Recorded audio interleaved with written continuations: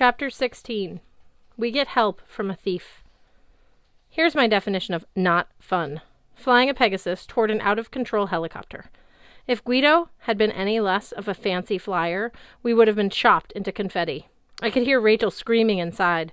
For some reason, she hadn't fallen asleep, but I could see the pilot slumped over at the controls, pitching back and forth as the helicopter wobbled toward the side of an office building. "Ideas?" I asked Annabeth. "You're going to have to take Guido and get out." She said. "What are you going to do?" In response, she said, "Hi-ya!" And Guido went into a nosedive. "Duck!" Annabeth yelled. We passed so close to the rotors, I felt the force of the blades ripping at my hair. We zipped along the side of the helicopter, and Annabeth grabbed the door. That's when things went wrong. Guido's wing slammed against the helicopter. He plummeted straight down with me on his back, leaving Annabeth dangling from the side of the aircraft. I was so terrified I could barely think. But as Guido spiraled, I caught a glimpse of Rachel pulling Annabeth inside the copter. "Hang in there!" I yelled at Guido. "My wing!" he moaned. "It's busted!" "You can do it." I desperately tried to remember what Selena used to tell us in Pegasus riding lessons. Just relax the wing, extend it, and glide. We fell like a rock, straight toward the pavement, 300 feet below. At the last moment, Guido extended his wings. I saw the faces of centaurs gaping up at us.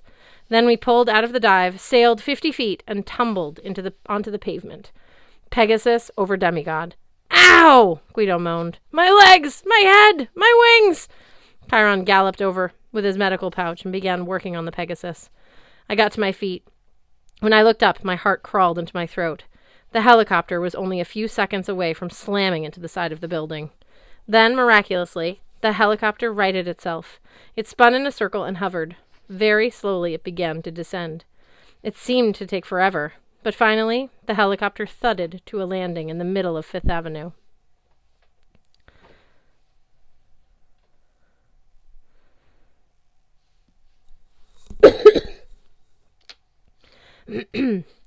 I looked through the windshield and couldn't believe what I was seeing. Annabeth was at the controls. I ran forward as the rotor spun to a stop, and Rachel opened the side door and dragged out the pilot. Rachel was still dressed like she was on vacation, in beach shorts, a t-shirt, and sandals. Her hair was tangled and her face was green from the helicopter ride. Annabeth climbed out last. I stared at her in awe. "I didn't know you could fly a helicopter." "Neither did I," she said. "My dad's crazy into aviation. Plus, Daedalus had some notes on flying machines. I just took my best guess on the controls." "You saved my life," Rachel said. Annabeth flexed her bad shoulder. "Yeah, well, let's not make a habit of it. What are you doing here, Dare? Don't you know better than to fly into a war zone?" Rachel glanced at me. "I had to be here. I knew Percy was in trouble." "Got that right," Annabeth grumbled. "Well, if you'll excuse me, I have some injured friends I've got to attend to. Glad you could stop by, Rachel." "Annabeth," I called. She stormed off. Rachel plopped down on the curb and put her head in her hands. "I'm sorry, Percy. I didn't mean to. I always mess things up." It was kind of hard to argue with her, although I was glad she was safe. I looked in the direction Annabeth had gone, but she'd disappeared into the crowd. I couldn't believe what she'd just done. Saved Rachel's life, landed a helicopter, and walked away like it was no big deal. "It's okay," I told Rachel, though my words sounded hollow. "So what's the message you want to deliver?" She frowned. "How did you know about that? A dream?" Rachel didn't look surprised. She tugged at her beach shorts. They were covered in drawings, which wasn't unusual for her, but these symbols I recognized. Greek letters, pictures from camp beads, stretches of monsters, and faces of gods. I didn't understand how Rachel could have known about some of that. She'd never been to Olympus or Camp Half-Blood. "I've been seeing things too," she muttered. "I mean, not just through the mist. This is different. I've been drawing pictures, writing lines in ancient Greek," I said. "Do you know what they say?" "That's what I wanted to talk to you about. I was hoping, well, if you'd gone with us on vacation, I was hoping you could have helped me figure out what's happening to me." She looked at me pleadingly. Her face was sunburned from the beach. Her nose was peeling. I couldn't get over the shock that she was here in person. She forced her family to cut short their vacation, agreed to go to a horrible school, and flown a helicopter into monster battle just to see me. In her own way, she was as brave as Annabeth. But what was happening to her with these visions really freaked me out. Maybe it was something that happened to all mortals who could see through the mist. But my mom had never talked about anything like that, and Hestia's words about Luke's mom kept coming back to me. May Castellan went too far. She tried to see too much. Rachel, I said, I wish I knew. Maybe we should ask Chiron. She flinched, like she'd gotten an electric shock. Percy, something's about to happen. A trick that ends in death. What do you mean? Whose death? I don't know. She looked around nervously. Don't you feel it? Is that the message you wanted to tell me? No, she hesitated. I'm sorry. I'm not making sense, but the thought just came to me. The message I wrote on the beach was different. It had your name in it. Perseus, I remembered, in ancient Greek. Rachel nodded. I don't know its meaning, but I know it's important. You have to hear it. It said, Perseus, you are not the hero. I stared at her like she'd just slapped me. You came thousands of miles to tell me I'm not the hero? It's important, she insisted. It will affect what you do. Not the hero of the prophecy? I asked. Not the hero who defeats Kronos? What do you mean? I'm sorry, Percy. That's all I know. I had to tell you because... Well, Chiron cantered over. This must be Miss Dare. I wanted to yell at him to go away, but of course I couldn't. I tried to control my emotion. I felt like I'd another personal hurricane swirling around me. Chiron, Rachel Dare. I said, Rachel, this is my teacher, Chiron. Hello, Rachel said glumly. She didn't look at all surprised that Chiron was a centaur. You are not asleep, Miss Dare, he noticed. And yet you are mortal? I'm mortal, she agreed, like it was a depressing thought. The pilot fell asleep as soon as we passed the river. I don't know why I didn't. I just knew I had to be here to warn Percy. Warn Percy? She's been seeing things, I said, writing lines and making drawings. Chiron raised an eyebrow. Indeed. Tell me. She told him the same thing she'd told me. George, come here. Chiron stroked his beard. Miss Dare, perhaps we should talk. Chiron, I blurted.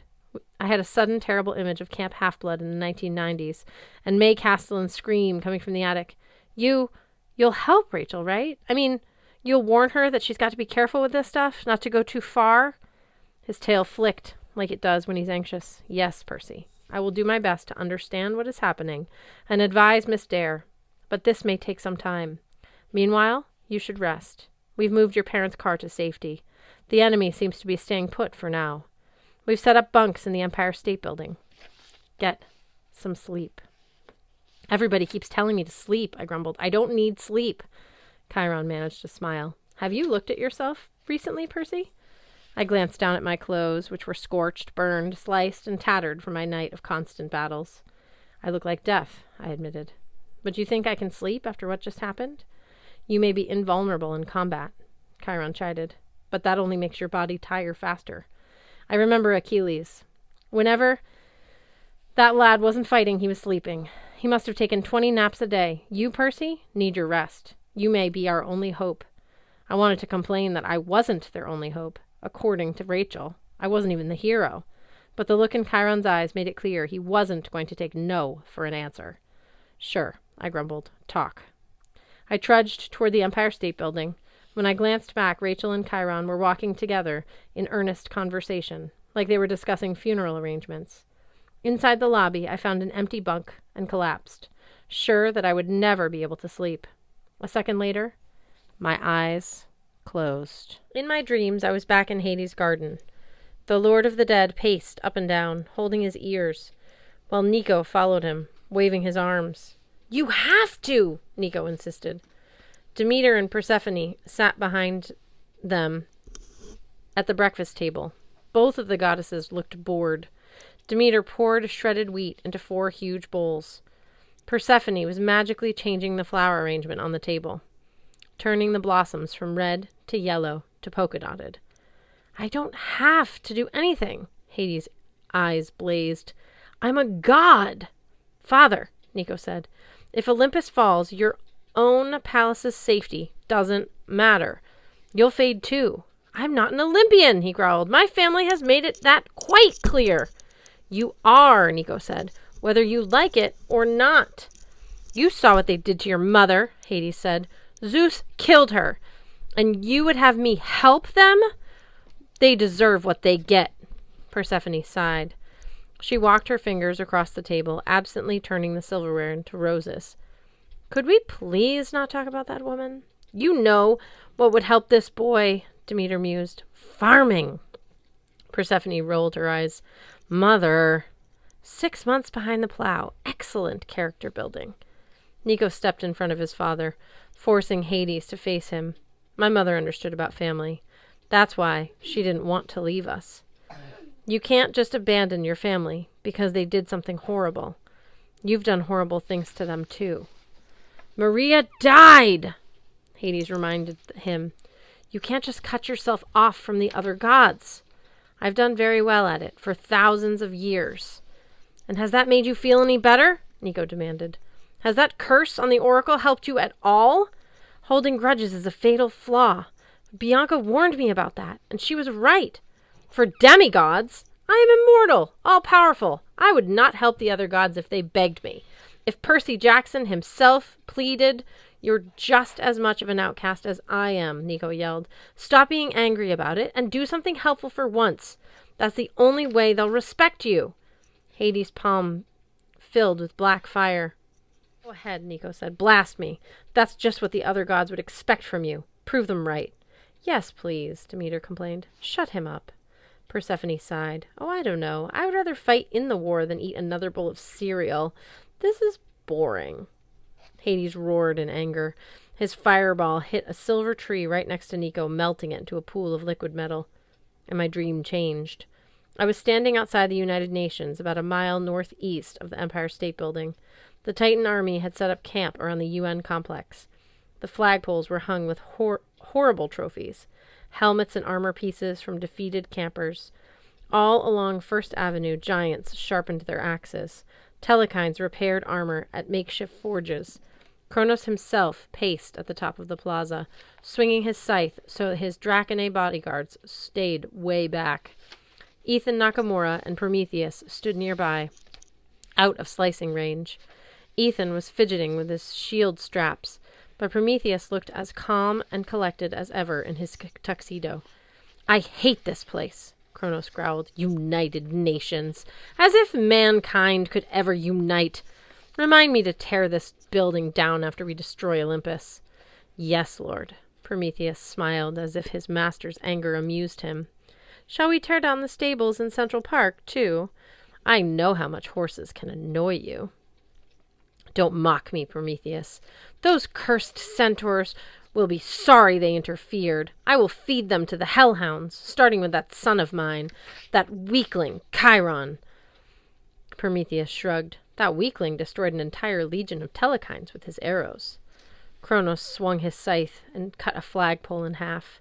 The national colors of Brazil toppled into the army, squashing the Draconae. We will destroy them, Kronos roared. It is time to unleash the Drakon. Nakamura, you will do this. Yes, Lord. At sunset? No, Kronos said, immediately. The defenders of Olympus are badly wounded. They will not expect a quick attack. Besides, we know this Drakon cannot be beat. Ethan looked confused. My lord? Never you mind, Nakamura. Just do my bidding. I want Olympus in ruins by the time Typhon reaches New York. We will break the gods utterly. But my lord, Ethan said, your regeneration. Kronos pointed at Ethan, and the demigod froze. Does it seem, Kronos hissed, that I need to regenerate? Ethan didn't respond. Kind of hard to do when you're immobilized in time. Kronos snapped his fingers, and Ethan collapsed. Soon, the Titan growled. This form will be unnecessary. I will not rest with victory so close. Now go. Ethan scrambled away. This is dangerous, my lord, Prometheus warned. Do not be hasty. Hasty? After festering for 3,000 years in the depths of Arcturus, you call me hasty? I will slice Percy Jackson into 1,000 pieces. Thrice you have fought him, Prometheus pointed out, and yet you always said it is beneath the dignity of a Titan to fight a mere mortal. I wonder if your mortal host is influencing you, weakening your judgment. Kronos turned his golden eyes on the other Titan. You call me weak? No, my lord, I only meant, are your loyalties divided? Kronos asked. Perhaps you miss your old friends, the gods. Would you like to join them? Prometheus paled. I misspoke, my lord. Your orders will be carried out. He turned to the armies and shouted, "Prepare for battle!" The troops began to stir. From somewhere behind the UN compound, an angry roar shook the city, the sound of a dracon wakening. The sound was so horrible it woke me, and I realized I could still hear it from a mile away. Grover stood next to me, looking nervous. What was that? "They're coming," I told him, "and we are in trouble." The Hephaestus cabin was out of Greek fire. The Apollo cabin and the hunters were scrounging for arrows. Most of us had already ingested so much ambrosia and nectar we didn't dare take any more. We had 16 campers, 15 hunters, and half a dozen satyrs in fighting shape. The rest had taken refuge on Olympus. The party ponies tried to form ranks, but they staggered and giggled, and they all smelled like root beer. The Texans were headbutting the Coloradans. The Missouri branch was arguing with Illinois. The chances were pretty good the whole army would end up fighting each other rather than the enemy. Chiron trotted up with Rachel on his back. I felt a twinge of annoyance because Chiron rarely gave anyone a ride, never a mortal. "Your friend here has some useful insights, Percy," he said. Rachel blushed. "Just some things I saw in my head." "A dracon," Chiron said. "A Ladian dracon, to be exact. The oldest and most dangerous kind." I stared at her. "How did you know that?" "I'm not sure," Rachel admitted. "But this dracon has a particular fate. It will be killed by a child of Ares." Annabeth crossed her arms. "How can you possibly know that?" I just saw it. I can't explain it." "Well, let's hope you're wrong," I said, "because we're a little short on the children of Ares." A horrible thought occurred to me, and I cursed in ancient Greek. "What?" Annabeth asked. "The spy," I told her. "Kronos said, 'We know they cannot beat this dracon.' The spy has been keeping him updated. Kronos knows the Ares cabin isn't with us. He intentionally picked a monster we can't kill." Talia scowled. "If I ever catch your spy, he's going to be very sorry. Maybe we can send another messenger to camp." "I've already done it," Chiron said. "Blackjack is on his way. But if Selena wasn't able to convince Clarice, I doubt Blackjack will be able—" A roar shook the ground. It sounded very close. "Rachel," I said, "get inside the building." "I want to stay." A shadow blotted out the sun. Across the street, the dracon slithered down the side of a skyscraper. It roared, with a 1,000 windows shattered. "On second thought," Rachel said in a small voice, I'll be inside."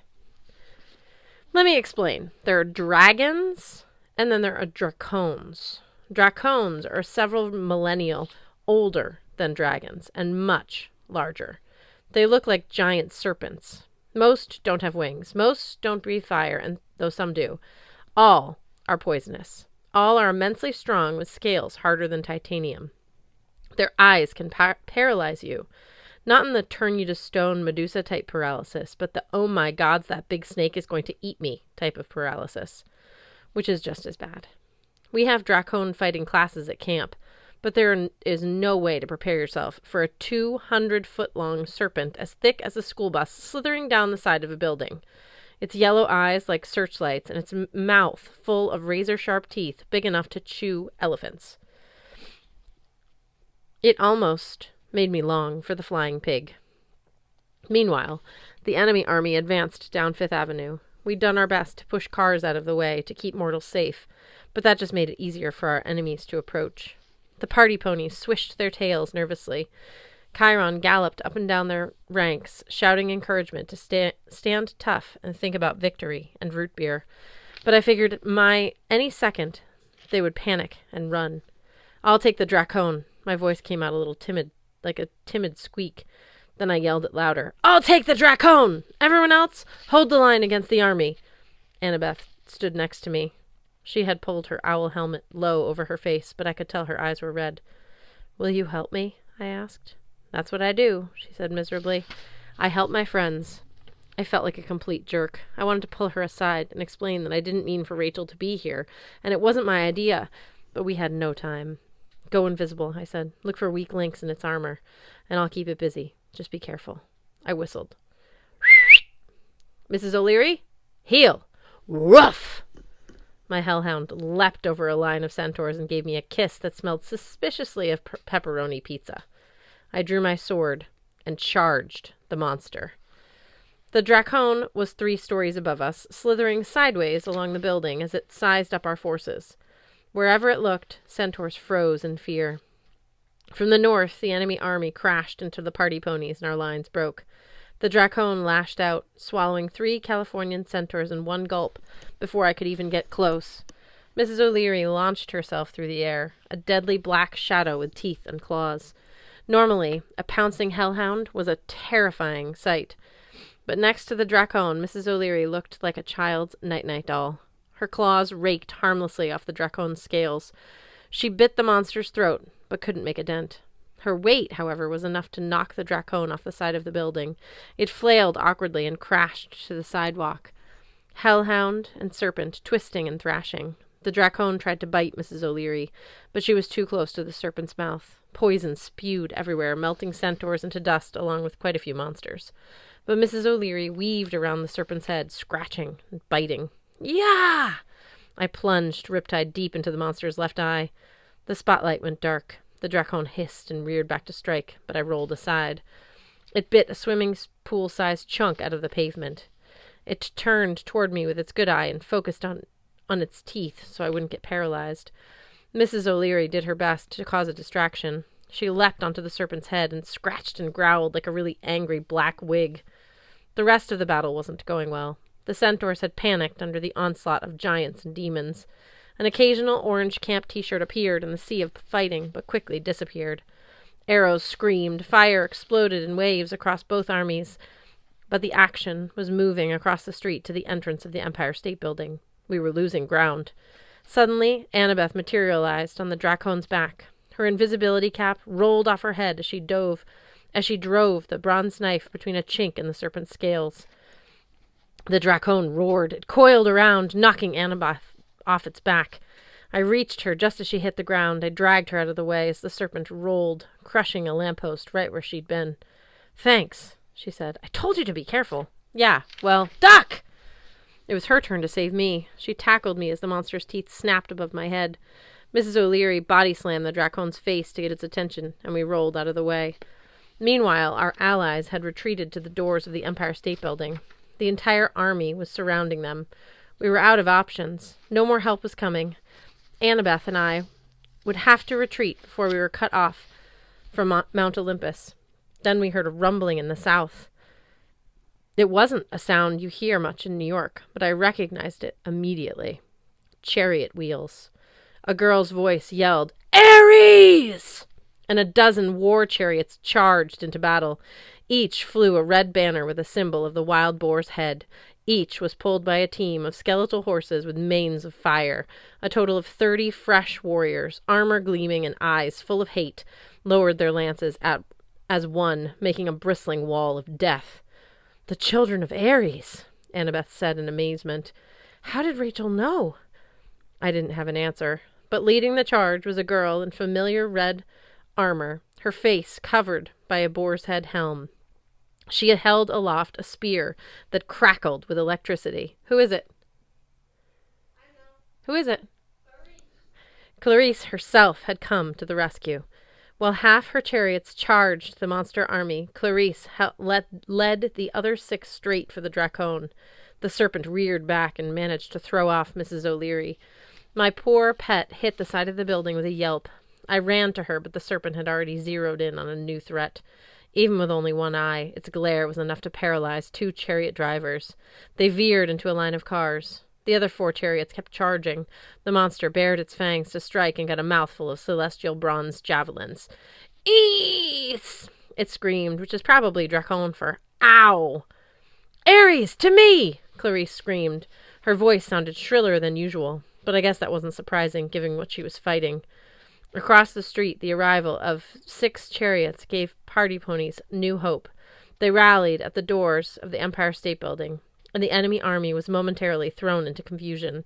Meanwhile, Clarice's chariots circled the Dracone. Lances broke on the monster's skin. Skeletal horses breathed fire and whinnied. 2 more chariots overturned, but the warriors simply leapt to their feet, drew their swords, and went to work. They hacked at chinks in the creature's scales. They dodged poison spray like they'd been training for this all their lives, which of course they had. No one could say the Ares campers weren't brave. Clarice was right there in front, stabbing her spear at the Dracon's face, trying to put it out its other eye. But as I watched, things started to go wrong. The Dracon snapped up one Ares camper in a gulp. It knocked aside another and sprayed poison on a third, who retreated in a panic as his armor melted. "We have to help," Annabeth said. She was right. I'd just been standing there frozen in amazement. Mrs. O'Leary tried to get up, but yelped again. One of her paws was bleeding. "Stay back, girl," I told her. "You've done enough already." Annabeth and I jumped onto the monster's back and ran toward its head, trying to draw its attention away from Clarice. Her cabin mates threw javelins, most of which broke, some lodged in the monster's teeth. It snapped its jaws together until its mouth was a mass of green blood, yellow, foamy poison, and splintered weapons. "You can do it!" I screamed at Clarice. "A child of Ares is destined to kill it!" Though through her war helmet I could see her eyes, but I could tell something was wrong. Her blue eyes shone with fear. Clarice never looked like that. And she didn't have blue eyes. "Ares!" she shouted in a strangely shrill voice. She leveled her spear and charged the Dracon. "No!" I muttered. "Wait!" But the monster looked down at her, almost in contempt, and spit poison directly in her face. She screamed and fell. "Clarice!" Annabeth jumped off the monster's back and ran to help while the other Ares campers tried to defend their fallen counselor. I drove Riptide between the creature's scales and managed to turn its attention on me. I got thrown, but I landed on my feet. "Come on, you stupid worm! Look at me!" For the next several minutes, all I saw were teeth. I retreated and dodged poison, but I couldn't hurt the thing. At the end of my vision, I saw a flying chariot land on Fifth Avenue. Then someone ran toward us. A girl's voice, shaken with grief, cried, "No! Curse you! Why?" I dared glance over, and what I saw made no sense. Clarice was lying on the ground where she'd fallen, her armor smoked with poison. Annabeth and the Ares campers were trying to unfasten her helmet, and kneeling next to them, her face blotchy with tears, was a girl in camp clothes. It was Clarice. My head spun. Why hadn't I noticed before? The girl in Clarice's armor was much thinner, not as tall. But why would someone pretend to be Clarice? I was so stunned the Dracon almost snapped me in half. I dodged, and the beast buried its head in a brick wall. "Why?" the real Clarice demanded, holding the other girl in her arms while the campers struggled to remove the poison-corroded helmet. Chris Rodriguez ran over from the flying chariot. He and Clarice must have ridden it here from camp, chasing the Ares campers who had mistakenly followed the other girl, thinking that she was Clarice. But it still made no sense. The Dracon tugged its head from the brick wall and screamed and raged. "Look out!" Chris warned. Instead of turning toward me, the Dracon whirled toward the sound of Chris's voice. It bared its fangs at a group of demigods. The real Clarice looked up at the Dracon, her face filled with absolute hate.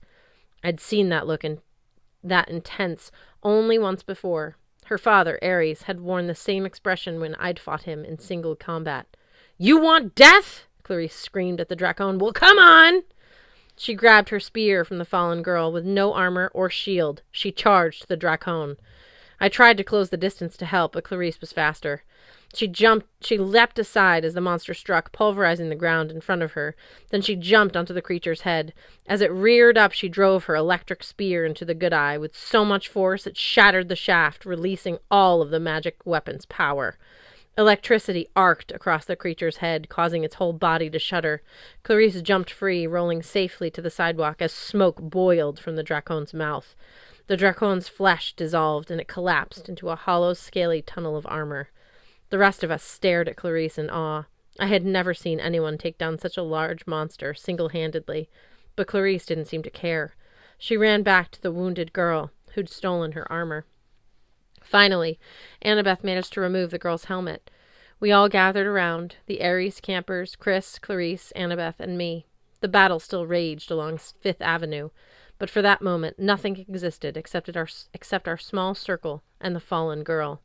Her features, once beautiful, were badly burnt from poison. I could tell that no amount of nectar or ambrosia would save her. "Something is about to happen." Rachel's words rang in my ears. "A trick that ends in death." Now I knew what she meant, and I knew who had led the Ares cabin into battle. I looked down at the dying face of Selena Beauregard.